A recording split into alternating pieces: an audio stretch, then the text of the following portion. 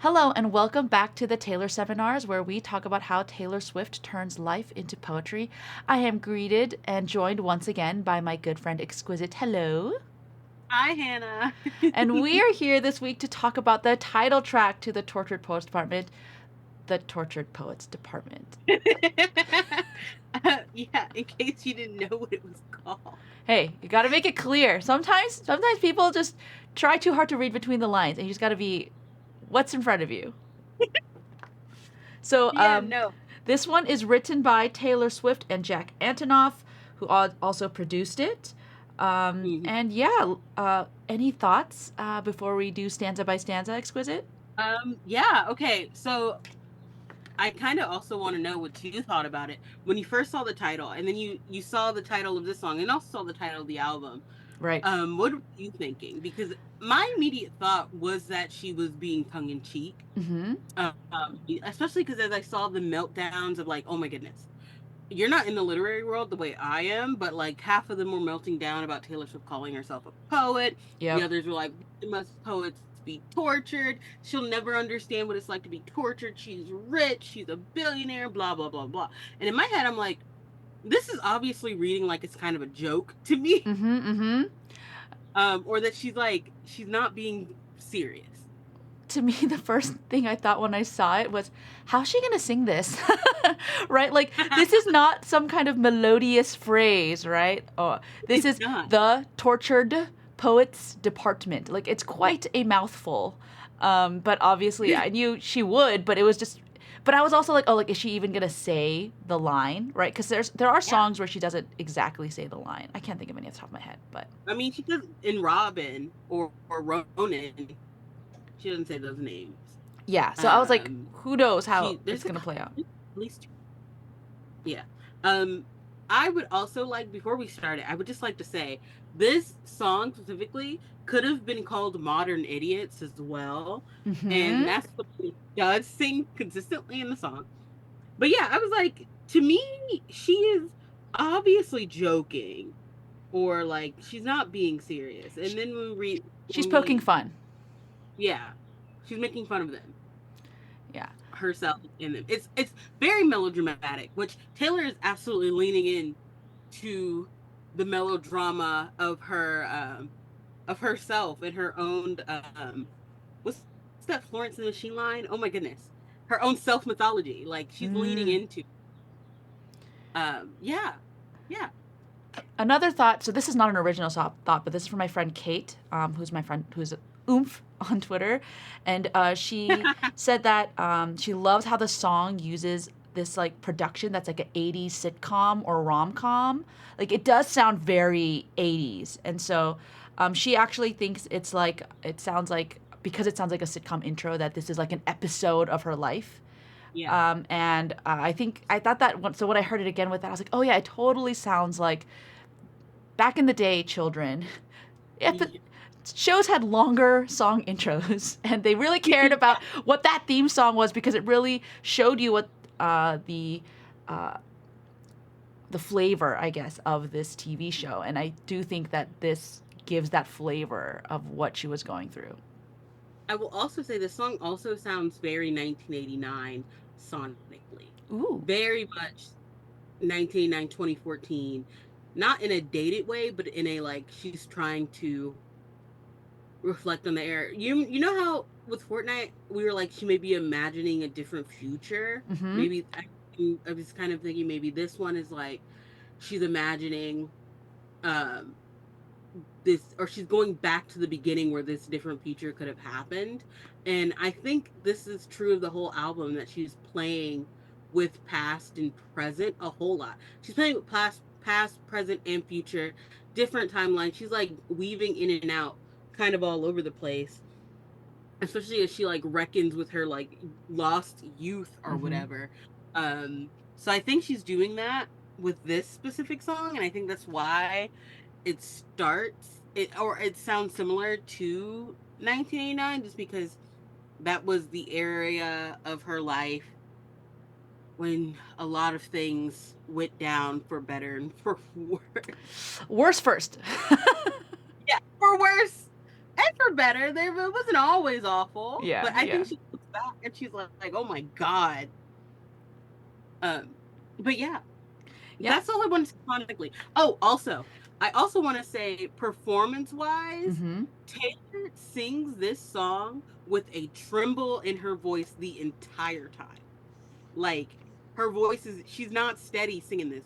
Like the vocals, like she sounds great, but it's, she's just, you can tell like she's like standing on a ledge the whole Yeah. time.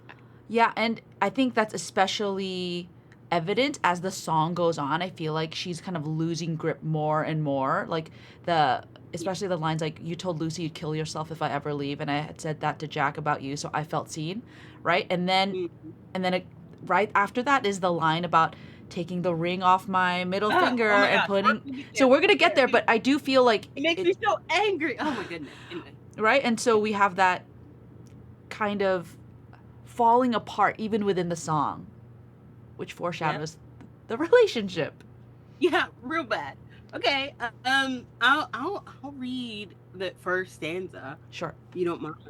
go for it. Taylor and Jack got in the studio, and I think this is where we really see Taylor's just taking shots and throwing up, as I mentioned. um, you left your typewriter at my apartment, straight from the tortured poets department. I think some things I never say, like who uses typewriters anyway? But you're in self-sabotage mode, throwing spikes down on the road. But I've seen this episode and still love the show. Who else decodes you? Oof. Like, first of all, I think it's very I feel like this is something isn't something we need to decode Ha. as much as with Fortnite. Thank you. I was laughing at myself. I'm happy. You don't have to laugh. Um, she's literally whoever the you she is singing to. She's like, so you left your typewriter at my place, and this is another thing where it's like something was left behind before in All Too Well, which let me tell you, All Too Well is kind of the key to this album. I was talking to Hannah about this. Well, we'll get We will there. get it. We'll get into that later, much later, in a couple months. Just remember this. All Too Well is the key to understanding this. Low key, high key, haha, key. Anyway, I'm sorry. Anyway, so she's like, you left your typewriter. And then she like internally, she's like, I would never say this, but who in the world is using these typewriters? Like, so she even from the very first verse, she's like, this is ridiculous. She's self-aware enough to know it's ridiculous, Yeah, I but think not it's enough. already like this isn't me, right? I don't think these things. I don't say these things, right? Like there's already this shift of it's not her. Yeah, and she's like, I wouldn't say. She's like, I'm never gonna say it to them. Say it to him because obviously I'm the one who decodes him. I understand him, so I'm not gonna be like, why are you using a typewriter? It's the 21st century, and that's also where we get the name drop, we get the title drop of straight from the tortured poets department. She's and literally she's making fun of it. She's like, who is using these? Whatever, like what? And but she's like, but I understand like you're a mess, like you're self-sabotaging, you're trying to break us apart, but I understand. I've seen you do this before and I still love you. Cuz who else? Who else? Who else? That's the whole thing. Like the I think the key to this is who else is all over this? Like who else is going to do this for you? Oh my gosh, Not me. I love that you said that. Like I love that connection that you made. That she is trying so hard to understand him, and so she even won't say certain things like she would probably joke who uses typewriters anyway, but for you I don't say that. And then Mhm. and like you said, singing the straight from the tortured poets department, um so clearly the typewriter is from this other universe called the tortured poets department that Yeah. now she's a part of because it's left at her place. Yep. Yep. You want to take that next? Oh, The yes. So the I guess this is the chorus. And who's gonna hold you like me? And who's gonna know you if not me? I laughed in your face and said, "You're not Dylan Thomas. I'm not Patti Smith. This ain't the Chelsea Hotel. We're modern idiots. And who's gonna hold you like me?" yeah.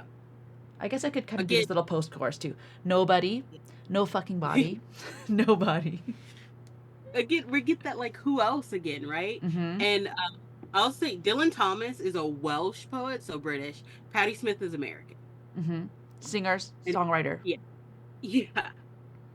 Yeah. So We still have these. We have again the reference to poets, right? Tortured poets moment, poets.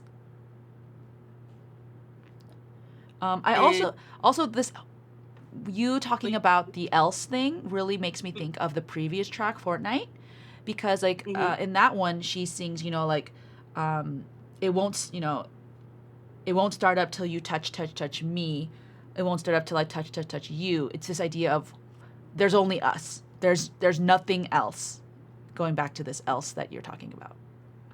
And also the Chelsea Hotel was a place where like people like Patti Smith would go, where a lot of writers would go, and they would be accommodated, and they would like be in this like historical significant place that was very decadent and particular and help them like write or whatever. Uh I just Googled it, they, and their little description on, when you Google it, gives you a little thing. It says, the Hotel Chelsea is the best hotel in New York, built between 1883 and 1885. Oh, it's the best. Okay, thank you. Uh, why is the Chelsea Hotel so famous? This is from architecturaldigest.com. Immortalized by former resident Leonard Cohen, also a songwriter, in the song as the Chelsea Hotel, the dwelling's most famous tenants flock to its long term accommodations for the cheap rent and opportunity to live in a community with a litany of groundbreaking artists, many of whom will become icons. yep. So she's like, look, this place we're at, it's not the Chelsea Hotel.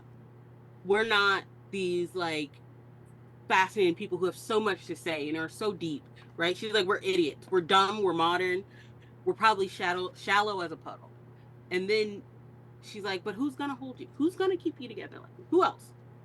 Yeah. Nobody. And I think it's funny, though, even the way that she enters this conversation, she laughed in his face. Like, that's not a very Mm. like It's happy not nice. image. Yeah, right. Like when like you might laugh together, right, as a couple, but here Mm. she's laughing literally in his face, like, and that's such a weird dynamic between a couple that's trying to Yeah. be happy. And I also have this image in my mind where she's like, you're not Dylan Thomas, I'm not Patti Smith, of her like wagging her finger and whoever's face it is. And like, you're not Dylan Thomas, but then like still pulling them in and being like, well, but who else is going to get us like each other? It's very much, it gives Joker and Harley Quinn, but specifically in the in the Suicide Squad, the first one, Suicide Squad, not the second one, the first one. Very much Jared Leto's Joker, Margot Robbie's Harley Quinn, Wait, and who? Wait, actually say that again. Who? Jared Leto's Uh huh. Joker and Margot Robbie's Harley Quinn. But because those are the ones that are most commonly mocked. It's definitely them, and we'll actually get into that later when we hit the bridge. But Yeah. yeah, Did you so know? then Dylan Thomas actually died at the Chelsea Hotel. oh my goodness. Yeah. Trivia, I guess. I wonder if he knows he's in a Taylor Swift song. Oh my god. Patti Smith knows, and she loved it. Right. She is still alive. I think she Instagram or somewhere posted it. She was pleased. But this next verse, it took this man 2 weeks to post it, and I understand because she was not being nice. So the next verse, you smoked, then ate 7 bars of chocolate. We declared Charlie Puth should be a bigger artist. I scratch your head, you fall asleep like a tattooed golden retriever, but you awaken with dread, pounding nails in your head. But I've seen this one where you come undone. I chose this cyclone with you. This is a funny image. A lot of people were making fun of this line, but also it makes perfect sense to me. She's like, you got high out of your mind. Right. Got smoked. Yeah. Yeah, and then we were just talking shit. Mm-hmm. And like, Charlie Puth should be bigger. That's something someone high out of their mind should say. Yeah. I mean, Charlie Puth is perfect size for what he is. also, I feel like after you eat 7 bars of chocolate, you're gonna say the strangest stuff, right? Like, Exactly. you're not just high; you also have tons of sugar and fat and a stomach ache. I actually made Right? s'mores with my kids like a few weeks ago, and like you use like half a block of Hershey's chocolate, and I was like, oh my god, I cannot I ate like half, and I was like already feeling like, ugh, I can't eat this. Yeah. And then the specific image of I scratch your head, you fall asleep like a tattooed golden retriever. First of all, she's talking down to this. She's like, you're a puppy, basically. Yeah. Uh, and then also the scratching your head, you fall asleep. It's like he said it to me. It gives this visual of him getting really high, saying one line, and immediately falling asleep on her. Yeah. Like, Again, this is not like a equal fun relationship. This is very much a dysfunctional one where like right, you would make fun of the husband on like Modern Family or Married with Children for like knocking out, right? Like yeah, in the in the middle of a middle of conversation. a conversation. Yeah, that's not again. And she can try to play it off like, oh, it's just he's a cute little puppy dog. You know, there's those TikTok things of like my husband's a golden retriever, or my husband's a German shepherd or whatever. But this is not like happy. No. And then you immediately go, and then when the dude wakes up, you awaken with the dread, pounding nails in your head, like, oh, he woke up hungover and he's probably having an episode. But she's Yeah. like, I read this one. I know what happens when you wake up hungover. And it's okay. I chose this like cyclone, and we get this beginning of not in beginning, because it starts in Fortnite. This kind of this is also a violent image to me. There's violent imagery Yes. all over the album. Okay, But so explain what a cyclone is for people who okay, may a have, cyclone is like it's a tornado. It basically yes. that just rips things apart. Yeah, so it's Um, like so uh it's I feel it's like the first time I rains. heard the word cyclone is like in like Wizard of Oz. Like I think they call it cyclone in Yeah, Wizard of Oz, right? But yeah. anyway, It's basically you just need to know there's a lot of winds, there's a lot of rains. A cyclone is like right when it's like a step below a typhoon or a hurricane. Um, it's a step below those two, I think. Because if it oh, gets any bigger, it'll become a hurricane yeah, typhoon. so uh But there's a lot of rain and wind. yeah, so for example, like Yeah. a tropical cyclone is also called a tropical storm. I'm sorry, so maybe my Wizard of Oz thing was wrong, but yeah, that's I um mean, those can be cute because I just went through it. Oh my goodness, you guys. I just had a whole tornado watch thing happening, and it was this. All of it brings rain, so it was a tornado rain, uh, and it was horrific. Like there was so much lightning and a whole pile of rain, and they were like, "Get to a shelter," and knocked my internet out. do you recommend people being in a cyclone with people? No, no, it's very like I'm talking about like imagine the worst tornado hurricane you can imagine, and it's just ripping things apart. And here Taylor goes, our speaker goes, I chose this with you. Like I chose this violence. I chose the fact that with you're gonna wake up with hungover and maybe yelling at me, yelling Having a at bad everything, yeah, having a bad trip? coming undone, having a bad episode, a bad moment. But she's like, I read this story. I know you. Because she's like, I know you, and no one else is gonna know you. I chose this. I chose this violence. I can fix him. No, really, I can. Like she's nuts, but okay. Yeah, so um yeah, it's crazy because and the production at this time is still very like chill, you know, like it doesn't have Hmm. this like oh the other thing I was gonna mention is we kind of do see a quote unquote cyclone in the Fortnite music video with Post Malone, Yeah, where the paper starts swirling around, and that's a very romanticized view of a cyclone. Everyone, it's what like Exquisite said, much more fine. violent, much more rainy. Although I guess maybe with her in the rain in the on top of the phone booth, also part of a cyclone, that heavy storm. But anyway, it's not. But again, that's a very pretty version. It's not an actual cyclone. Yeah. All right, should I read the next one? Yes. Um, I think it's pretty similar, but a poet writes it, so we read it. And who's gonna hold you like me? And who's gonna know you like me? I laughed in your face and said, "You're not Dylan Thomas. I'm not Patti Smith. This ain't the Chelsea Hotel. We're modern idiots. And who's gonna hold you like me? No fucking body. Nobody. Nobody." Yeah. Oh my goodness. Oh girl, stand up. Yeah. Again, she's like keeps trying to reassure herself that no one's gonna get him like I do, and that's why I have to go through. Like she's like, I have to weather the cyclone with him because no one's gonna hold him like I would. Yeah, and you mentioned, I think in the last episode, it's very interesting that it's the speaker doing the action. There's no like holding Yeah, me, right? It's very much I'm helping you, but there's no reciprocation.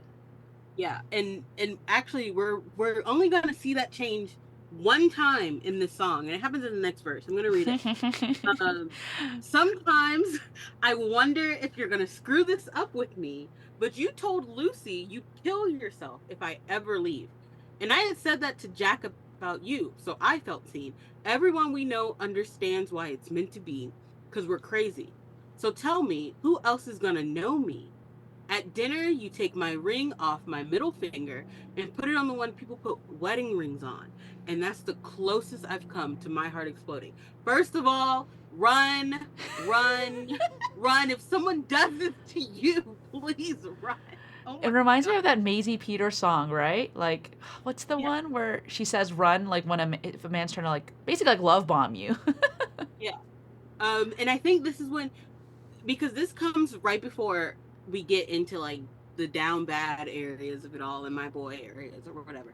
Um, but specifically in the first, this is the only time we get. So tell me who else is going to know me, and this first time the speaker mentions themselves in a like Receiving mode.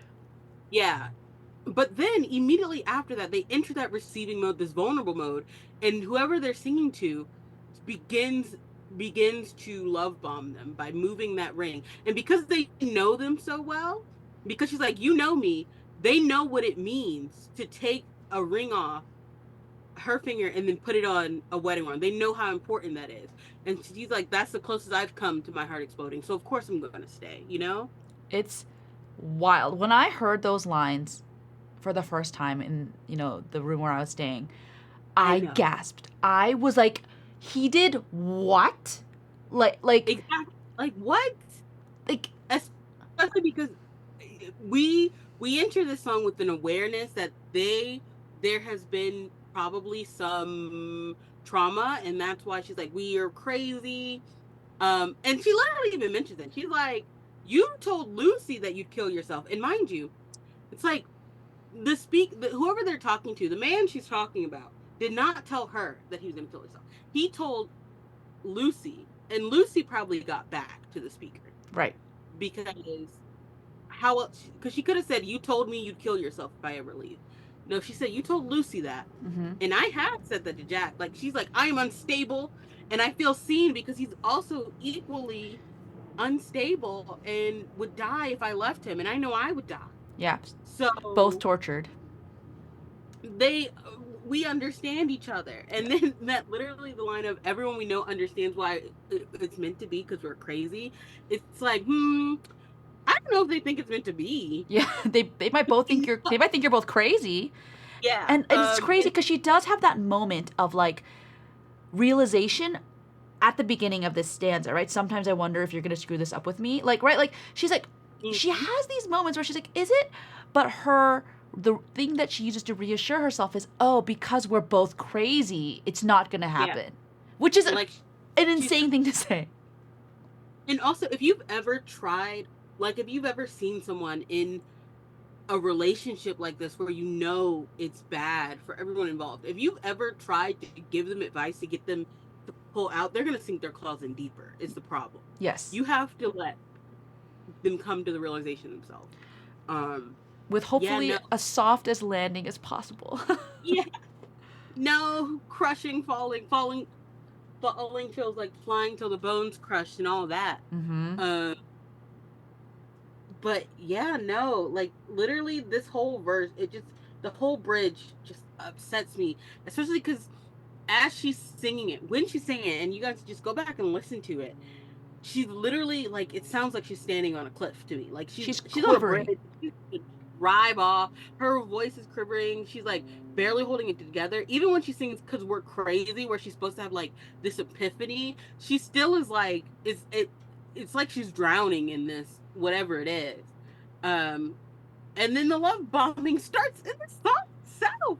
where and it's like the literal, so tell me who's gonna know me. And the thing is, she does not say you. Like before, she's like, who's gonna hold you? Me. Who's gonna do this for you? Me. But here she's like, so tell me who else is gonna know me. And she never is like, you'll know Oh me. my gosh, she does. It literally goes, Yeah. so tell me who is going to know me. At dinner, you Yeah. take off my ring. And so she thinks he does know me, right? That's her Yeah. proof. And Like, it's I also think he like, does. But looking back, yeah. Yeah, exactly. oh And it's my also God. like it's her last chance is the thing. She seems like it's her last option. She's like, nobody else is gonna get this. No one else would choose like my damage or whatever. And obviously he must get it because he put the ring on my finger. Yeah, like he gets it. He gets Run! me. Yeah, run, I'm like please. just screaming. Like, oh my goodness, you guys don't understand. Especially when we get into some other songs. I was listening to TTPD and I started getting so angry. I started getting so mad and upset. I had to go for a walk. I had to put the album down. And I was like, Exquisite, go for a walk. He's like, play something else. All right, let's finish this out. And you're not Dylan Thomas. I'm not Patti Smith. This ain't the Chelsea Hotel. We're two idiots. No more modern. Who's gonna Mhm. hold you? And then we have this little fade out. Who's gonna hold you? Gonna know you? Gonna troll you? Yep. You and then you left your typewriter at my apartment, straight from the tortured poets department. Who else decodes you? Yeah, it's very interesting how everything in this song is externalized, especially when we remember that for a lot of songs, especially with Taylor, she's very interested in her own reactions and her own emotions as she should be, but like she's very particular to be internalized, if that makes sense. Like you would think the outro would be like, who's gonna know me, gonna know me, gonna know me, but it's not. She's like, who's gonna know you? Like she's like, I have this deep understanding of this person. Yeah. Um, and that's why even though we're dumb and we're not Dylan Thomas and we're not Patti Smith, like who else is gonna get it? Also, I would like to just add, she literally puts in who's gonna troll you, like who's gonna tell you you're not actually Dylan Thomas. Um, like it was all very serious. Yeah, yeah. And I think it's so sad because when she is so focused on this other person and trying to decode them and trying to hold them and fix them even, like there's no mention of, we mentioned this a little bit before, of not for herself, but there's no mention of her taking care of herself. Like we know the speaker has clearly been through something before from the Fortnite song, but there's no mention of that being resolved, which to There's me, no self care, and it there's almost no makes you think. self-care. Yeah, it almost makes you think like, is she trying to seek self care through him? And it brings me to the line about killing herself, where she's like, the only thing keeping me from not dying is being with this person, Yeah. Yeah. which is Not terrible. healthy ever. Right? It's like You should it's clinging to a life preserver that has holes in it and it's begging it to keep you afloat. Like, no, that's not how not it a life works. preserver even. That is like an anchor. You're both going down. You're both going down. Yeah. Uh, okay, we did get some questions Oh from yeah, we got our. So if you don't know, if you follow our social media at Taylor Seminars on Twitter/X, but we call it Twitter still. We asked if people had any questions about the song, and so we're gonna probably do that for every episode going forward. So if you ever have any questions, feel free to just send us a tweet, send us a DM. Mm-hmm. So let's see. So um, there are jokes here as well. Someone asked, "What did she leave at the apartment?" Um, Obviously. Oh, before you get into that though, I do yes. think it's interesting. We have a classic Swiftism in Ooh. this song, and it's the Taylor closes with her opening line, like she goes in a circle, and I love when she does that. Hmm. I love when she goes in a circle with her songs. So what do you think Like, she well, does by repeating it this second time? I feel like she's like, one, typically when she does that, she goes back. Like, do you know in Timeless, she's like, I walked into the shop, and then at the end she's like, I walked into the shop. That's not the lyric. You know what I mean? And typically it's her closing out the song by going back to the beginning. And here that's how I also feel like she's closing out the imaginings of this relationship by going back to the imaginings of what it is and like what happens here. So I think of it more of like she's stuck in this spiral with this guy Yeah. where, Cyclone. yeah, like a cyclone, yeah, like where she is being like, okay, I don't know if this is gonna work. Is he gonna screw this up? He eats 7 bars of chocolate and falls asleep on my couch, and then we have this cyclone. But who's gonna, know him and love him like me? And then she just keeps repeating. So to me, I feel like it's this vicious cyclone that she's stuck in. Yeah, she's in a cycle. She can't leave because I think it's literally kind of like whenever she tries to leave, she's like, well, he'll kill himself if I go. He's the only one who would propose marriage to me or knows what I need, and I'm the only one who knows what he needs. We're crazy. We're nuts. Yeah, and we're meant to No, be. no, Run. no. Like, and it's great. It's like at dinner. Like, oh my goodness. Oh my goodness. At dinner, and apparently he probably does this apropos of nothing. Mm-hmm. They're sitting there, and he just takes the ring off her finger and puts it on the wedding ring, and doesn't say anything of it. But she's like, she felt so much emotion in that moment, and he knows what he's doing. This is not good. Run. And speaking of that Maisie Peters song that I was talking about earlier, it's actually called Run. And it's a very funny song where she basically talks about like, here, I'll read this. If a man says that he wants you in his life forever, run. If he calls you up, says he's so in love and it's been 1 week, you better run. If your heart says broken, your friends say don't, it's an RIP, you better run. And I was like, well, maybe if Maisie had released this a little earlier. My thing is the implication here of the implication of the first verse kind of gives me, oh wait, I just unlocked something. You need to walk with me here. Okay, let's ready? go. Let's go. You need to walk with me here.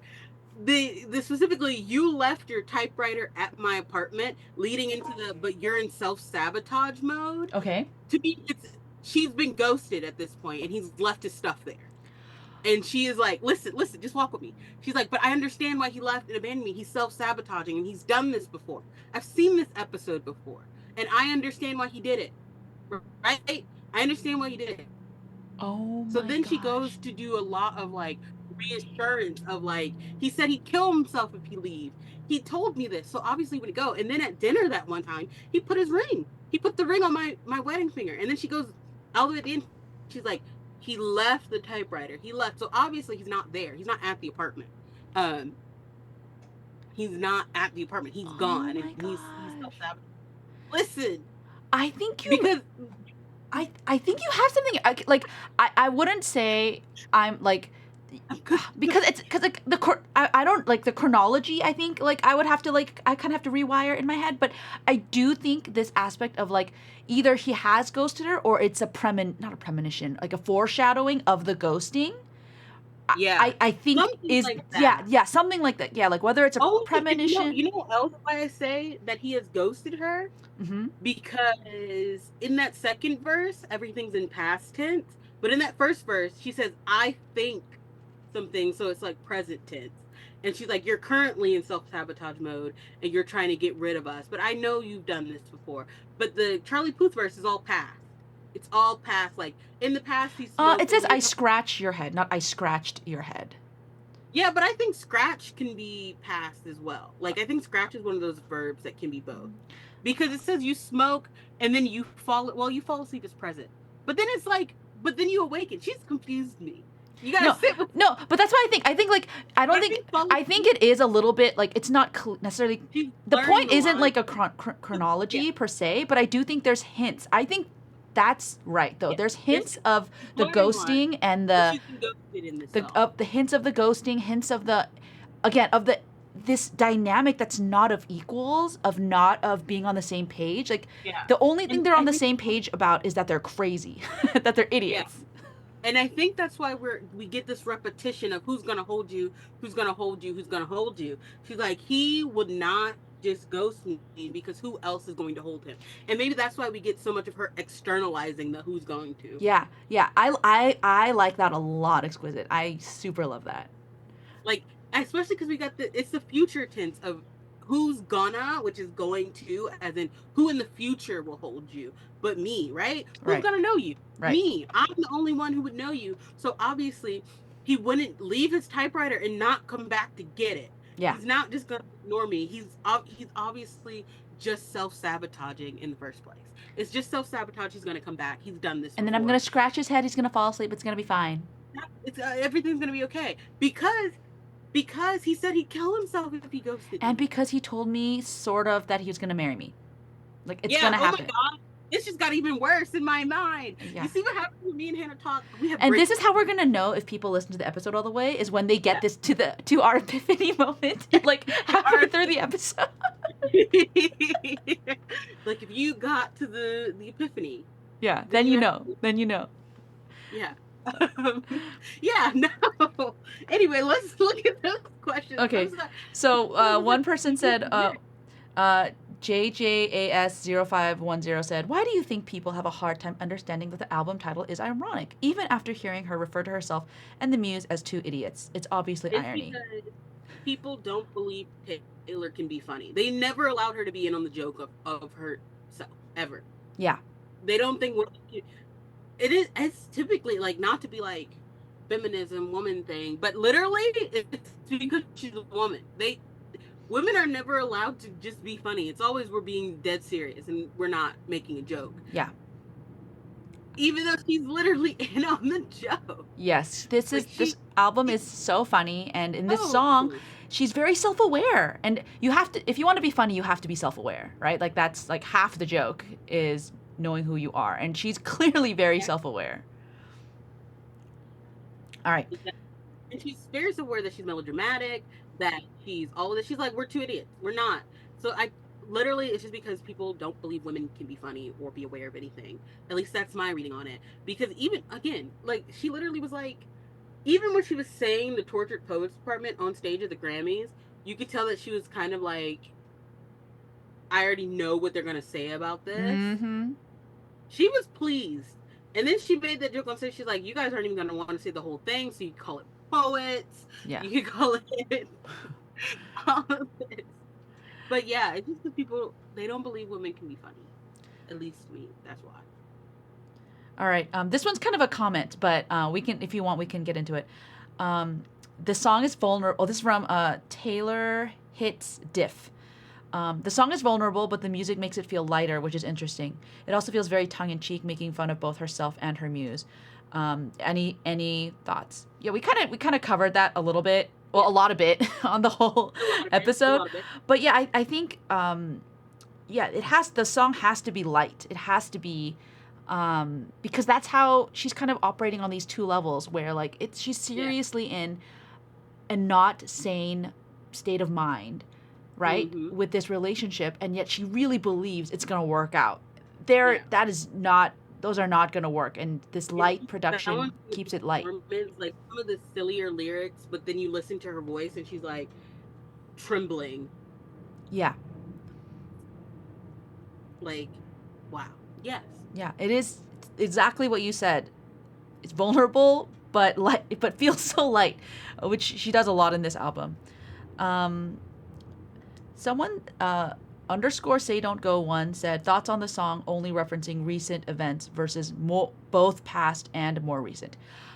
I'm not sure what they mean by recent versus past. Maybe they mean like the 6-year long-term relationship. Oh. I think it's at the beginning though, where I was kind of like, to me it feels like she went back to the start. So back to 1989 era.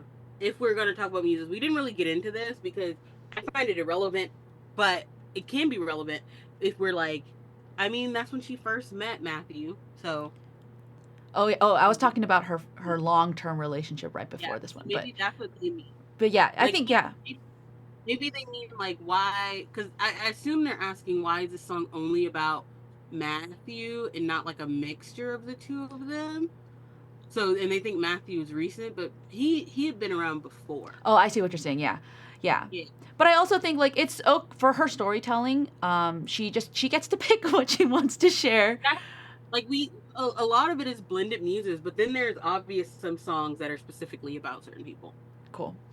And then this one's from our friend Thea, Repute with two Y's, Shen. Is she trying to reassure herself in the song with how many times she says nobody, or is she directly repeating it to him to affirm and solidify that he will never find that with anyone else? Because I get both. I think she's reassuring herself. I think he's not there. Because again, I'm like fully on this song is about being ghosted train now, Hannah. So I feel like all of the repeated who's gonna hold you, because she's not talking to, she doesn't bring up her own self except that one point right before the love bombing scene. But no, I agree, because I mean, looking kind of at the track order and the way the story unfolds, again, we're not gonna super paternity test anything. We're not doing forensic analysis at this point, but I do think that, right, this is not supposed to be a happy romantic song. There's such violence in here, like the cyclone, even the suicidal talk, right? And then the next song we know is "My Boy Only Breaks His Favorite Toys," right? That's another song where she gets it's violent. She gets very hurt, and we see it kind of just descends all the way into "So Long London," which obviously is the track 5.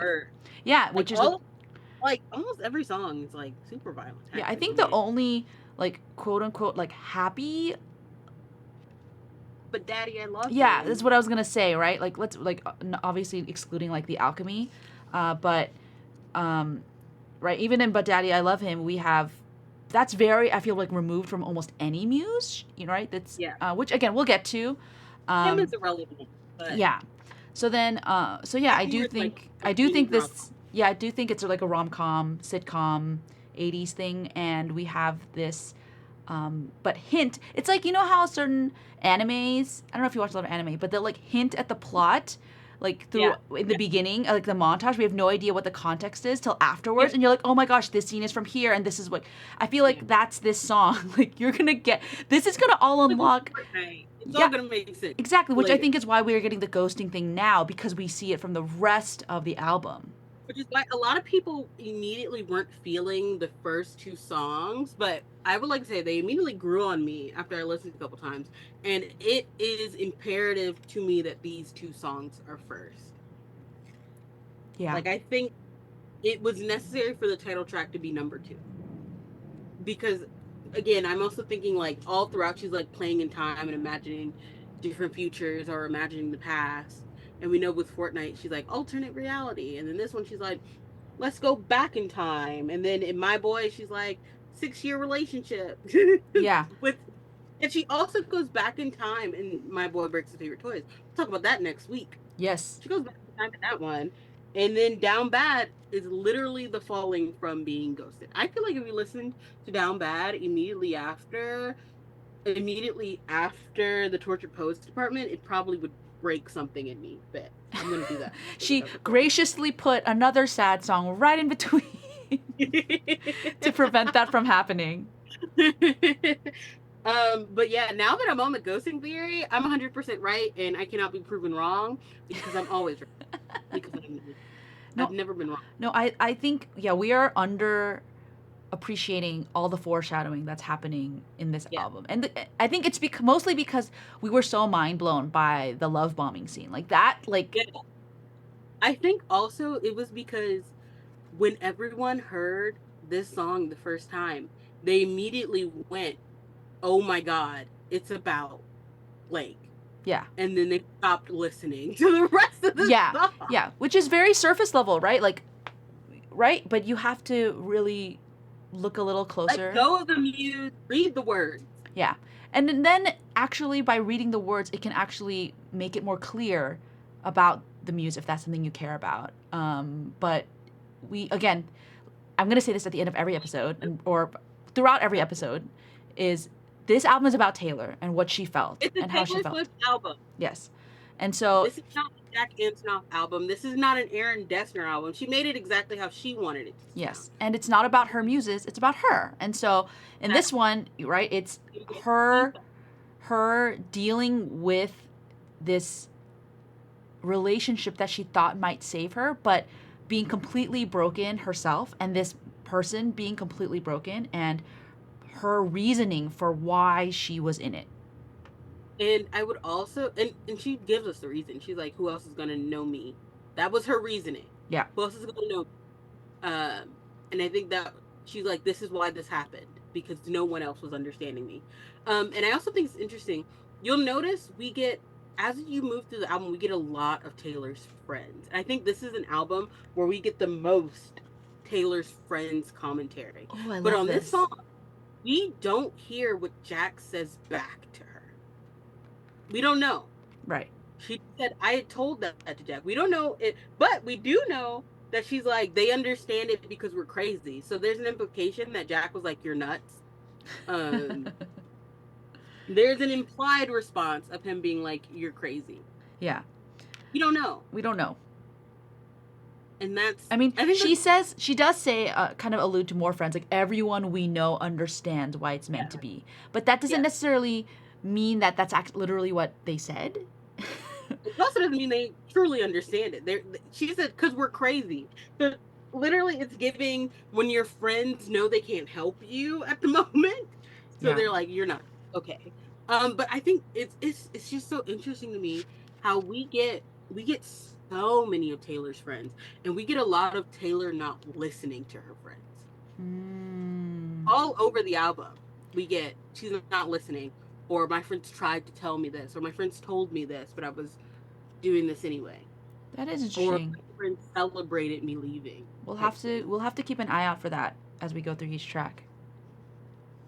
Keep an eye out for all the many different characters that are in this album. I know, so many names, right? A lot of names, a lot of other people. And again, which is interesting to me because Taylor is very particular about seeing. I would just say she's very particular when she introduces the characters. She does it for a reason. Yeah. Any final thoughts? I would also say that if she had used different names, this could have found its way with a different production style. This song could have found its way on Folklore and Evermore. And I will continue to harp on this. If she had it, wouldn't be like, it'd be like, this is fiction. It would be allowed to be fiction if she had just been like, and I told Inez that I killed myself if you ever leave. Like, she doesn't get the name. But because she put two different names, I think that's also what signaled. And I think she knew people were going to do this. Again, Taylor is an awareness. Yeah. That is sometimes to a fault that is probably leaving her worse for wear. But but it allows her to tell her story, right? And that's the way. I do think she left the names there so that people would be like thrown off about what they thought the album was right away, because people went into this being like, this is going to be her dragging her 6-year relationship through the mud, and immediately, oh my God, they're gonna be immediately it's Jover, and then they're like, oh, Lucy, and Dacus, and I think from there the pre-written review or criticisms of the album had to be thrown out right away from track 2. Like, because track 1, everyone's like, what? Like, you could be very, right? Like, you could be, like, kind of be like, I guess, what? But by track 2, you're like, oh, no. She is telling a story in a way that she wants it to be told about a specific time in her life, in her own words. You get the immediate listeners who don't then realize, like, they're like, oh my goodness, it's Mover. But then they don't realize that, oh my goodness, it's actually more Jover than we ever thought it was. Oh, we will get there. We will get there. Trust, we will get there. Oh my goodness, trust, we will get there. Were there any other questions? No, I think that was it. I'm gonna double check. But we only made one post about it, right? Oh yeah. Okay, yeah. Then yeah. Also, a thank you to everyone who entered the giveaway for the Albatross CD. We didn't mention it on the podcast because we never knew if Wendy would go up and stuff. But look forward to more giveaways coming up. So please follow us at Taylor Seminars on Twitter. We do have an Instagram account, but we it's very, we don't have a lot of time. So our good friend who is running our Twitter account, we're very grateful for. So please follow us there. Anything else? Um, nothing else. Oh, I just want to, if you made it like to the end, if you got to our epiphany, what should we ask them to tweet and tag us in if they got to our epiphany? Ghost, like ghosts in track 2 or something. Or like tag us in a bunch of ghost emojis, maybe. Oh yeah, reply to this episode and put ghost emojis. That's how we'll know that you made it to the epiphany. That's how we'll know you got to the end. Yes, we'd love that. Those who didn't will realize you're fake. I'm just kidding. It's okay. It doesn't matter how long Doesn't matter. Okay. But, yeah. Thank you for listening. We will see you guys next week. We declare that the Taylor seminar should be a bigger podcast. Oh my gosh, I love that. Okay, bye.